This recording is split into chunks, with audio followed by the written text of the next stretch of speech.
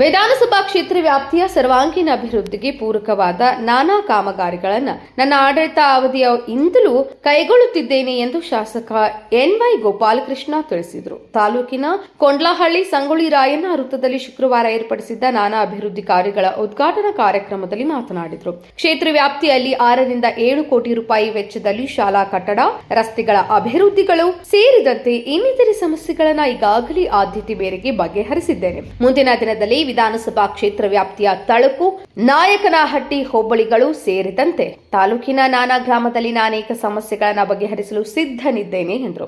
ಕಾರ್ಯಕ್ರಮಕ್ಕೂ ಮುಂಚೆ ರಾಂಪುರ ಹಾಗೂ ನಾಗಸಮುದ್ರಗಳ ಸರ್ಕಾರಿ ಹಿರಿಯ ಪ್ರಾಥಮಿಕ ಶಾಲಾ ಆವರಣದಲ್ಲಿ ನಿರ್ಮಿಸಿದ್ದ ಕೊಠಡಿ, ಕೊಡ್ಲಹಳ್ಳಿಯಲ್ಲಿ ನೂತನ ಪಶು ಚಿಕಿತ್ಸಾಲಯ, ಸರ್ಕಾರಿ ಮಾದರಿ ಹಿರಿಯ ಪ್ರಾಥಮಿಕ ಶಾಲಾ ಕೊಠಡಿ, ಅಂಗನವಾಡಿ ಕೇಂದ್ರ, ರಥ ನಿರ್ಮಾಣದ ಶೆಡ್ ಹಾಗೂ ಪಟ್ಟಣದ ಮುಬಾರಕ್ ಮೊಹಲ್ಲಾದಲ್ಲಿನ ಸರ್ಕಾರಿ ಉರ್ದು ಕಿರಿಯ ಪ್ರಾಥಮಿಕ ಶಾಲಾ ಕೊಠಡಿಗಳನ್ನು ಉದ್ಘಾಟಿಸಲಾಯಿತು. ಕಾರ್ಯಕ್ರಮದಲ್ಲಿ taluk panchayat EO H Hanumanthappa, BEO E Nirmaladevi, CDPO Naveen Kumar, ಪಶುಸಂಗೋಪನಾ ಇಲಾಖೆ ಎಡಿ ಡಾಕ್ಟರ್ ಎಚ್ ರಂಗಪ್ಪ, ಜಿಲ್ಲಾ ಪಂಚಾಯಿತಿ ಉಪ ಇಂಜಿನಿಯರಿಂಗ್ ವಿಭಾಗದ AEE Lingaraj, CPI R Nagaraj, PSI Bahubali, Kondlahalli ಗ್ರಾಮ ಪಂಚಾಯಿತಿ ಮಾಜಿ ಅಧ್ಯಕ್ಷೆ ಪವಿತ್ರ ಪ್ರದೀಪ್, ಪಿಡಿಒ ಪಾಲಯ್ಯ, ಮುಖಂಡರಾದ S Khader, T Thippeswamy, SK Gurulingappa, KC Manjunath, ವಕೀಲ ಎಚ್ಎಸ್ಸಿ ಪ್ರದೀಪ್ ಕುಮಾರ್, ವೈಸ್ ಸುಧರ್ಮ ಇನ್ನು ಮುಂತಾದವರು ಉಪಸ್ಥಿತರಿದ್ದರು.